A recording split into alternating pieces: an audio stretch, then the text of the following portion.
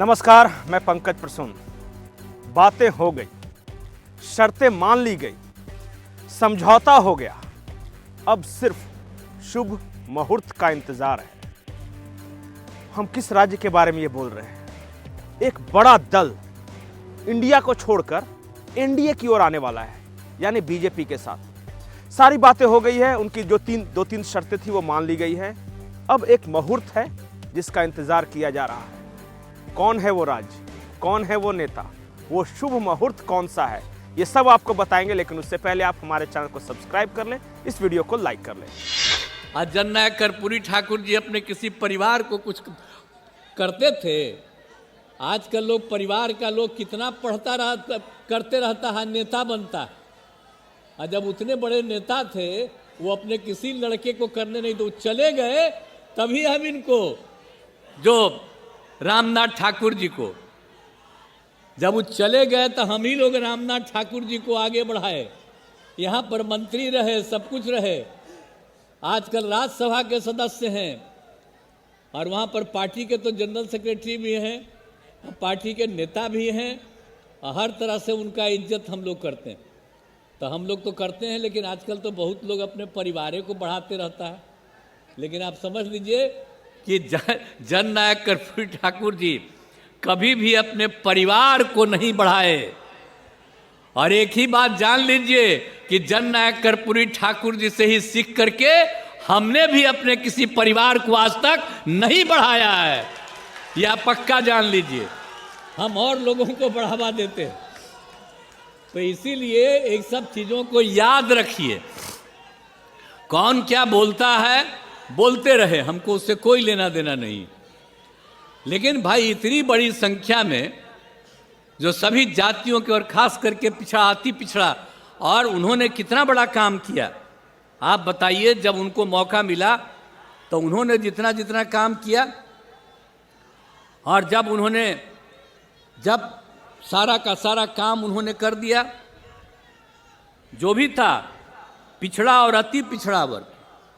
इस देश में पहली बार पिछड़ा और अति पिछड़ा वर्ग को जोड़ करके और उसको आरक्षण दिया गया।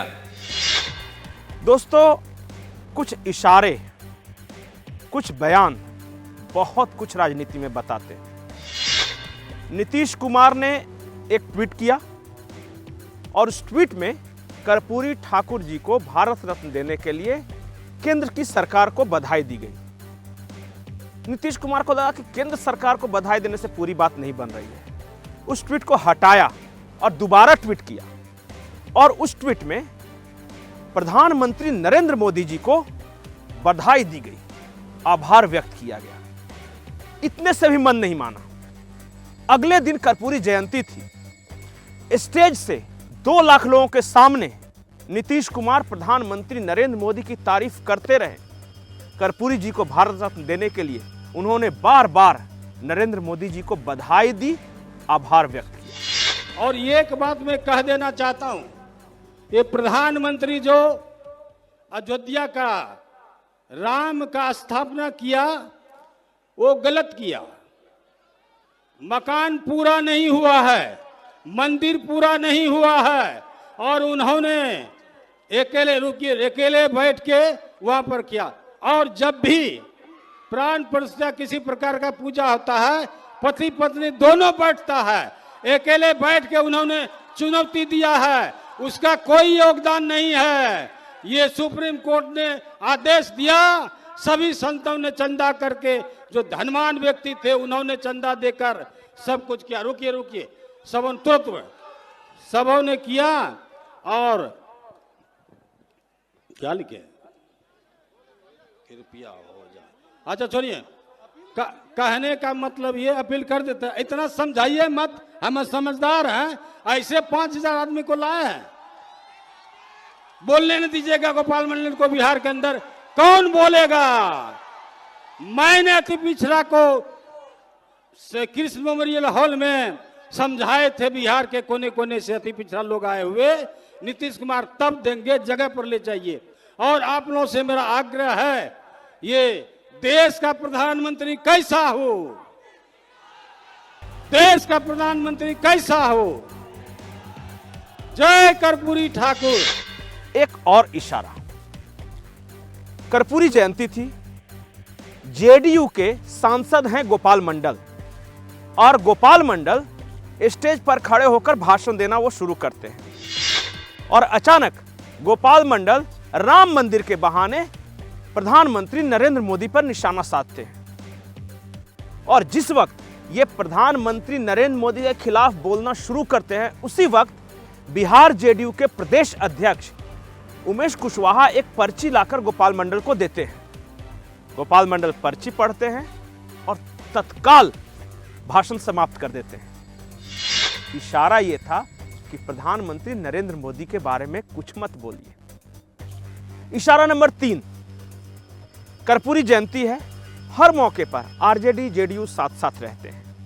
कल जेडीयू ने अलग से कर्पूरी ठाकुर की जयंती मनाई और आरजेडी ने अलग मनाई, दोनों पटना में ही थे सारे नेता, लेकिन अलग अलग क्यों मनाया। इशारा नंबर 4, प्रधानमंत्री का कार्यक्रम है बिहार में, अब वो कार्यक्रम बार बार पोस्टपोन्ड हो रहा है। अब 4 फरवरी का डेट दिया गया है। बताया यह जा रहा है कि प्रधानमंत्री नरेंद्र मोदी बिहार आते तो इंडिया गठबंधन की आलोचना करनी पड़ती, उसमें नीतीश कुमार के बारे में कुछ बुरा बोलना पड़ता। प्रधानमंत्री इन सब से बचना चाह रहे हैं। वो चाह रहे हैं कि पहले चीजें सेटल हो जाए, उसके बाद बिहार आए, तब अपना भाषण दें। और सेटल नहीं होने की वजह से ही उन्होंने पोस्टपोन्ड किया है, अब 4 फरवरी को आ रहे हैं। तो क्या 1 फरवरी से 4 फरवरी के बीच कुछ बड़ा होने वाला है। इशारा नंबर 5, बिहार बीजेपी नेताओं को सख्त ताकीद की गई है कि आप चाहें तो लालू यादव के खिलाफ बोलें, आप चाहें तो तेजस्वी की आलोचना करें, आप आरजेडी की जितनी चाहे आलोचना कर सकते हैं, लेकिन नीतीश के बारे में नहीं बोलना है। गिरिराज सिंह जैसे नेता जो आए दिन नीतीश कुमार के बारे में अनर्गल प्रलाप करते रहते थे, वो भी आजकल कुछ नहीं बोल रहे हैं। पत्रकार कितना ही बोल रहे हैं कि नहीं कुछ तो नीतीश के बारे में बोलिए, नहीं बोल रहे हैं। इशारा नंबर 6, बिहार भाजपा के प्रदेश अध्यक्ष सम्राट चौधरी कहते हैं कि नीतीश बाबू हमारे पुराने साथी हैं, सहयोगी रहे हैं, वो जानते हैं भाजपा को भी, वो जानते हैं आरजेडी को भी। और इतना कहकर सम्राट चौधरी चुप हो जाते हैं और इस बात को आगे बढ़ाते हैं दिल्ली में बैठे जेडीयू के केसी त्यागी। केसी त्यागी कहते हैं हमें एहसास है बीजेपी की बढ़ती ताकत का, हमें एहसास है प्रधानमंत्री नरेंद्र मोदी की लोकप्रियता का, सही वक्त पे सही फैसला हो जाएगा। इन 6 इशारों से आपको क्या इशारा मिलता है? राजनीति की समझ जो आपकी है वो क्या कहती है? नीतीश रहेंगे या जाएंगे? कल मीडिया के कुछ हलकों में एक खबर बड़ी जोर शोर से घूमी और खबर यह है कि नीतीश कुमार एनडीए की तरफ भी जाएंगे। उन्होंने 3 शर्तें रखी थी। पहली शर्त, बिहार को स्पेशल पैकेज, वो केंद्र सरकार ने मान ली। कर्पूरी ठाकुर को भारत रत्न, वो मान ली। तीसरी शर्त यह है कि जब हम एनडीए में आए तो बीजेपी के बराबर हमें सीट दी जाए। इशारा यह है कि बीजेपी ने मान लिया है।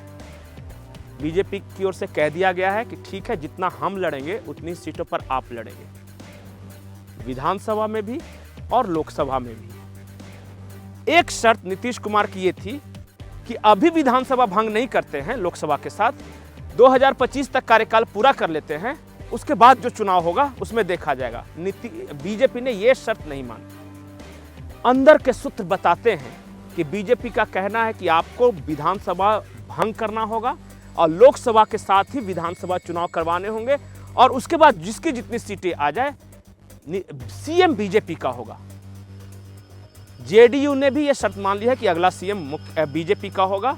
जेडीयू के अंदर एक चर्चा यह है कि अगर हम बीजेपी के साथ लड़ते हैं तो हमारे ज्यादा सांसद जीतने के चांसेस हैं। अगर हम बीजेपी के साथ लड़ते हैं, लोकसभा चुनाव के साथ विधानसभा चुनाव होता है, तो अभी हम 45 सीट पे हैं, चांसेस ज्यादा सीटें जीतने की है। जब हम ज्यादा सीट जीत जाएंगे तब हम बार्गेनिंग के पोजीशन में आएंगे। हो सकता है उस वक्त क्या हो।